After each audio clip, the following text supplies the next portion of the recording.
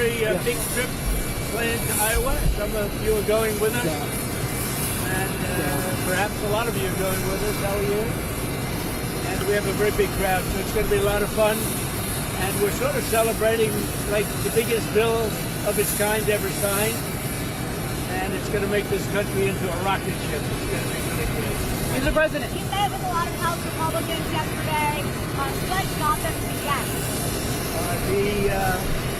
I think when you go over the bill, it was very easy to get them to a yes. You know, we went over that bill, and point after point, biggest tax cut in history, great for security, great on the southern border, immigration is covered. We covered just about everything. Again, it's the biggest bill ever signed of its kind. Mr. President. Some House Republicans that were concerned about the bill said that they had conversations with you where you make the Republicans. What comments did you make? Did you tell Representative Clyde that you have some action on gun rights? What sort of deal did you make with those? Well, I talked to a lot of different Republicans in doing it, and we had a good time in being there. I did not have much of a problem with any of them. As you know, we had 2 negative votes, but we had whatever it was, the final vote. Yeah, I think a few of them I did, but I think they would have gone yes anyway. What were those deals? No deals. No deals. What I did is we talked about how good the bill is. I mean, that's a deal, I guess, when you think about it. But obviously convince them, but it was not hard. This is a great bill. This is going to be a great bill. Mr. President. Congressman Brian Fitzpatrick was one of 2 no's to vote no to the big beautiful bill. Do you want to primary him too? Well, I was disappointed that he did that. There were 2 of them that voted no, so I was disappointed that he voted no. Mr. President. What did your call with Vladimir Putin today accomplish? We had a call. It was a pretty long call. We talked about a lot of things, including Iran. And we also talked about, as you know, the war with Ukraine. And I'm not happy about that. Mr. President. Mr. President. Progress with people on a deal with Ukraine? Do you feel like you made any progress? No, I didn't make any progress with it today at all. Mr. President, how much growth can the country expect from the one I big think we're beautiful going to get bill? great growth. I think we'll have growth in record numbers. This is going to be something that's amazing, and everybody was watching it all over the world. And I want to congratulate the Speaker and Tom Emmer and Steve Scalise and everybody else. I mean, they worked so hard, so hard. This has really been going on for over a year, if you think about it. I think, to be exact, about 14 months. And this was the culmination, and I guess it ended a lot earlier. A lot of people thought it would end up the following afternoon. Well, it ended up late in the evening, but they were great. What do you think it says? And by the way, on the Senate side, I thought Senator Thune did a fantastic job. What do you think it says about the power you've amassed within your party compared to your first term that you were able to get this over the finish line? I think I have more power now. I could say, oh, gee, I don't know. I think I probably do because we've had a great record of success. You know, my first term was very, very successful. We had the greatest economy in the history of our country. I think we're going to blow it away this term. But, Mr. President, you know, we've proven certain things, and yeah, I think probably it's got more gravitas, more power.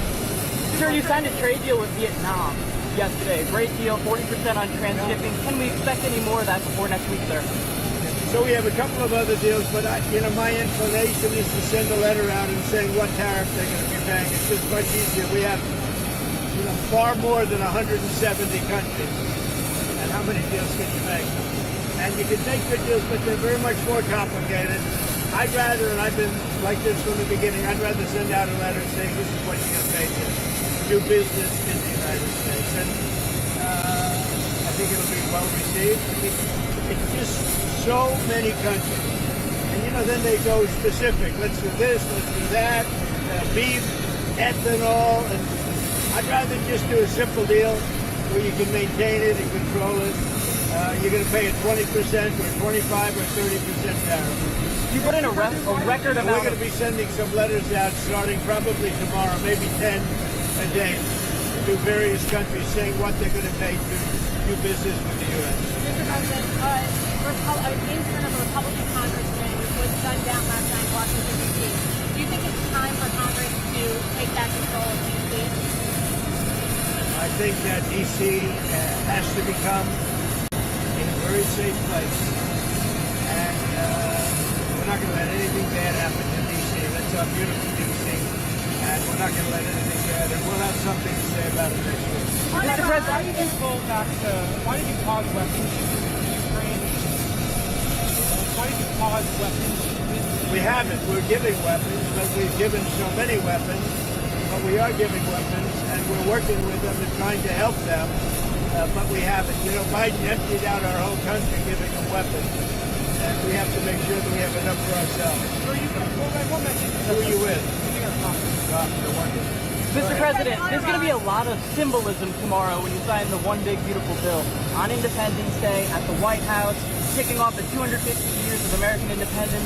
What message should Americans be getting tomorrow when you sign this bill? Well, I think it's going to be really a message of proudness. You're going to be proud of your country because our country is doing fantastically well. The economy is great. You saw the stock market today.